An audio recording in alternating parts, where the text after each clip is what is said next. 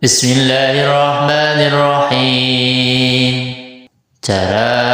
urang ngagungkeun kana ilmuna, ngagungkeun kitab jeung buku pelajarana, sateu acan nyanda kitab wudu heula, nuju maca kitab tos gaduh wuduna,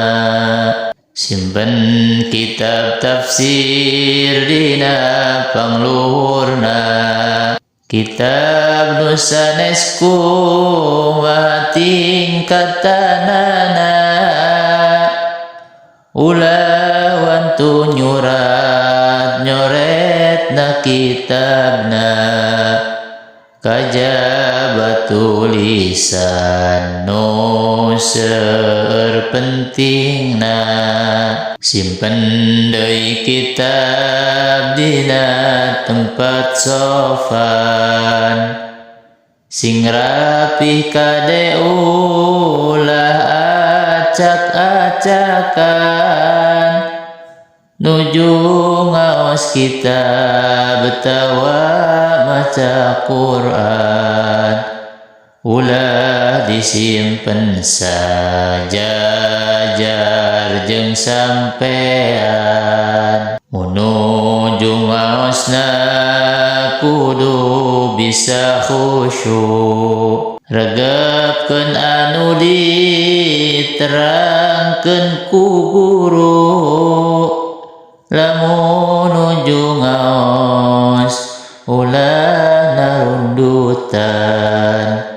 komo lolonjoran sareng gogoleran, ulah bosen ngaji